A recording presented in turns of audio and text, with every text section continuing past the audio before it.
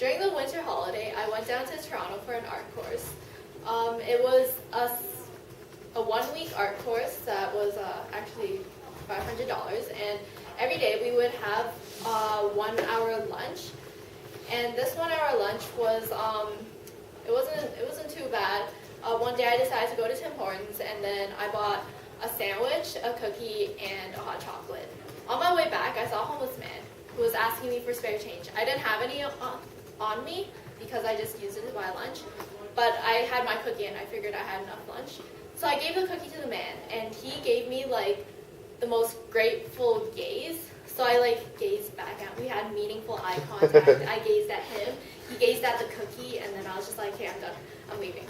But then like after I got home, I realized like there are so many people in our own cities that live in poverty, that have nowhere to go, and they can only ask others for help because they can't get anywhere anymore. During that art course, I saw a total of like 20 homeless people in just that area that I was in, which was pretty sketchy, to be honest. So this like brings up the fact that poverty actually exists within all four corners of the world. Yet, why are we so focused on the poor in foreign countries?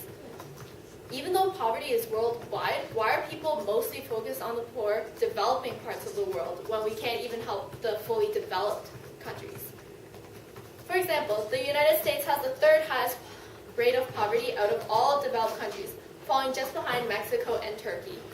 You would expect that the country with the highest GDP would, have some higher standards, but you go to California and there are so many people who don't even have homes. They're called the half homeless, who kind of like live in their cars. They go to car parks every night to set up all their stuff. They usually have children and they just sleep in their cars.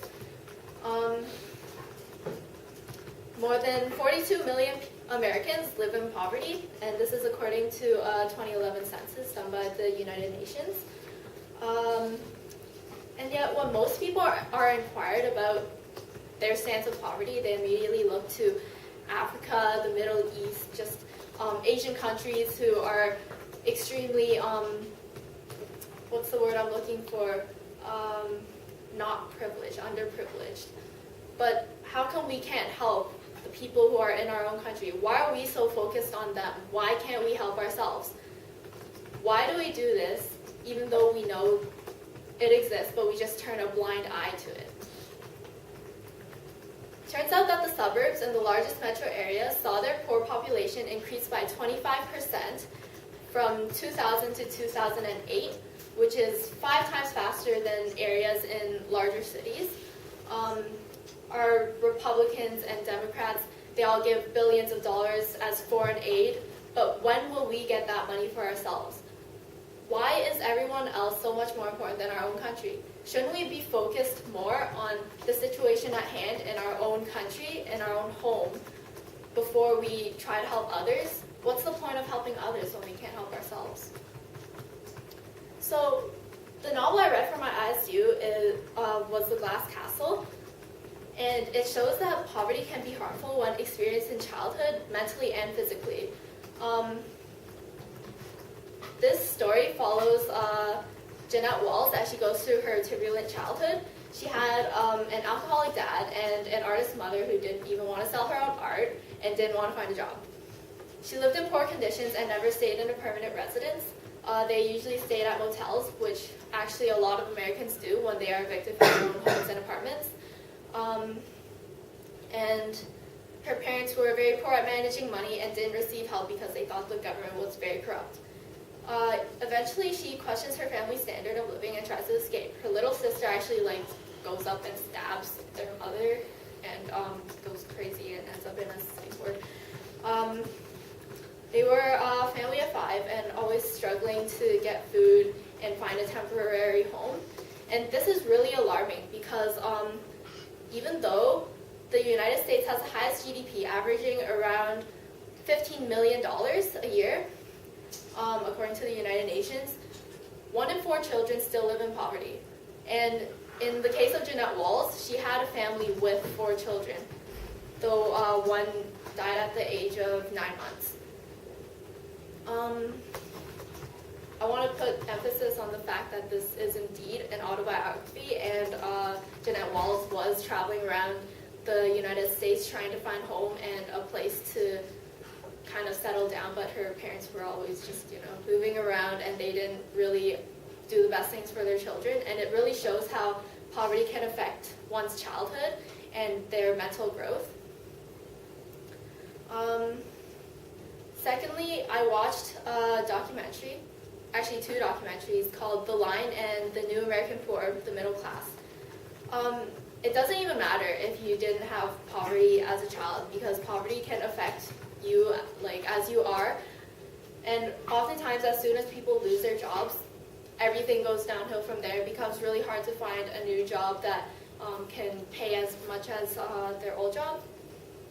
And it shows that impoverished Americans admit that when they had everything, they didn't consider those who didn't. So people who are often in the middle or upper class, they don't really consider those who are lower than them, because they have their reputation to think about, and they don't want to lower their standards. But why is that? Why can't we just kind of focus on the situation that we have in our own country before we start pitying everyone else in the foreign countries? Everyone just kind of turns a blind eye to what goes on in their own home. So in this documentary, we see the people who are originally in the middle class. They had degrees and everything. They went to school. They got high marks.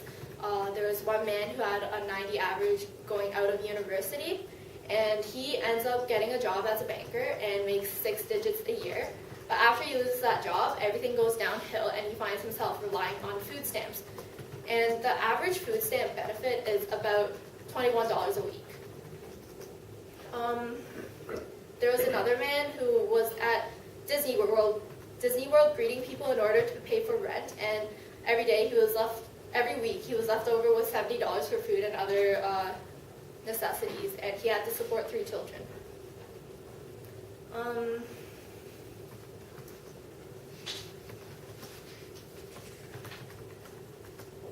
So for my third text, I went back and I read The Kite Runner, which I'm sure a lot of you have read last year. And this shows how it's not just in America where people don't notice how poor we actually are, how there are so many people who are underprivileged and who don't have a lot of the things they need to lead healthy lives. Other people in different nations also do not see the poverty that exists within their own nations. So if you don't remember The Kite Runner, it's about a boy named Aga who has his servant whose name is Hassan, and basically Aga betrays his best friend and moves to America. But I find that poverty is really prevalent within the book, because even in Afghanistan, Aga was considered the upper class, and there was one quote that really stuck out to me, which was, "Let me imagine, Aga Saeed, you probably lived in a big 2- or 3-story house with a nice backyard that your gardener filled with flowers and fruit trees, all gated, of course. Your father drove an American car. You had servants, probably Hazaras. Your parents hired workers to decorate the house for the fancy mamanis they threw, so their friends would come over to drink and boast about their travels to Europe or America."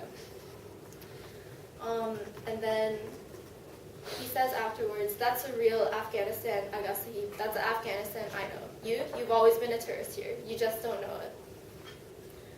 So this really brings the question of how people view their own countries. We in Canada, Americans alike, we don't really see the line between the rich and the poor. We all consider ourselves like, oh, we're decent, we get by. But what about the people who actually don't get by? What do they think? They look at us and they're like, these guys don't even want to help us. Oftentimes you walk down to Toronto, you're like on the street, you see hundreds of people just walking by the people who are sitting on the side of the street under the bridge, just like in dirty clothes with maybe a tin can beside them, and they really have nothing. So what if this happened to us? I was on Skype the other day. I was talking to my friend Patty, and we were joking around. I was just like, Patty, you know, you should like start drawing more. We'll become artists together. He like pauses for a moment, you know, like on Skype you see them kind of pause, they stop typing. And after a moment he starts typing again, and he's just like, LOL, I don't want to become a hobo. And I was just like, first of all, what are you trying to say, you know? Just, I'm an artist. You're kind of a butthole for saying that, you know? And then like, but that like actually scares me, because I actually have a great fear that I won't make as much money as other people. I'm definitely not gonna make 6 digits. Illustrators, they make an average of $50,000 a year. 50? 50. 50. 50. The highest they make is about $225,000, which is probably like 3 artists in the whole country. And then the low point is a measly $1,400, which is like me. So here are a few examples of artists who actually lived in poverty. I'm not sure if you've heard of them before. Monet, the founder of French Impressionism, who painted landscapes in the moment. Vermeer, the master of light sources, and painted the girl with the pearl earring. And then, if you haven't heard of those two, maybe you've heard of Van Gogh, who was really brilliant, a genius in his own way, but like completely mad on a different level, cuts his own left ear off, sends it to his wife, and then kills himself. All these artists, Monet lived in poverty, died in poverty. Vermeer lived in poverty, also died in poverty. Van Gogh lived in poverty, cuts his own left ear off, and dies in poverty. So, you know, that like really scares me, because like this sketchbook here might not be enough to get me through. This might not be able to get me money. It might not be able to buy me like cookies. This, no, it's not gonna do. Like, this really scares me. It makes me think like maybe one day I'll be the one who's like accepting the meaningful gaze between stranger to stranger, and then all of a sudden, oh my god, a cookie, like highlight of the day, you know? But this doesn't just apply to artists, this applies to everyone. I'm sure you know some musicians, writers, future, I don't know, even like bankers, doctors, dentists, engineers, they might end up jobless.